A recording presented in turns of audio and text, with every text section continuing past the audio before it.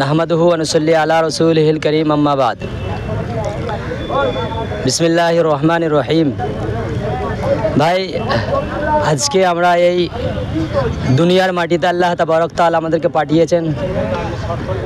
আজ যে অবস্থায় ফিলিস্তিনদের উপর অত্যাচার হচ্ছে, আমরা মুসলমান হিসাবে কোনো রকমভাবে মেনে নিতে পারবো না। আমাদের সম্পত্তি, আমাদের যে সম্পত্তি আল আকসা মসজিদকে নিয়ে আল্লাহ তাবারক তাআলা কোরআনে কারিমে বলেছে, আল্লাহ নবী সাল্লাল্লাহু তাআলা আলাইহি ওয়াসাল্লাম তিনি মসজিদে হারামের থেকে নিয়ে মসজিদে আকসা পর্যন্ত গিয়েছিলেন। মসজিদে আকসা মুসলমানের সম্পত্তি, অতএব হার হালাতে প্রত্যেক দেশের সরকারের কাছে আমার নিবেদন, আমাদের সবারই যে মসজিদে আল আকসা আমাদেরকে দিতে হবে, আমাদেরকে ফেরাতে হবে। এর জন্যে যা করার দরকার আমরা ইনশাআল্লাহ একতাভাবে সেটা করবো, ইনশাআল্লাহ একতাভাবে সেটা করবো ইনশাআল্লাহ।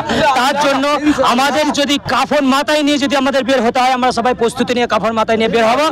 আল আকসা মসজিদ আমাদের দরকার, আমরা চাই এবং প্রতিবাদ করছি আর করবো ইনশাআল্লাহ।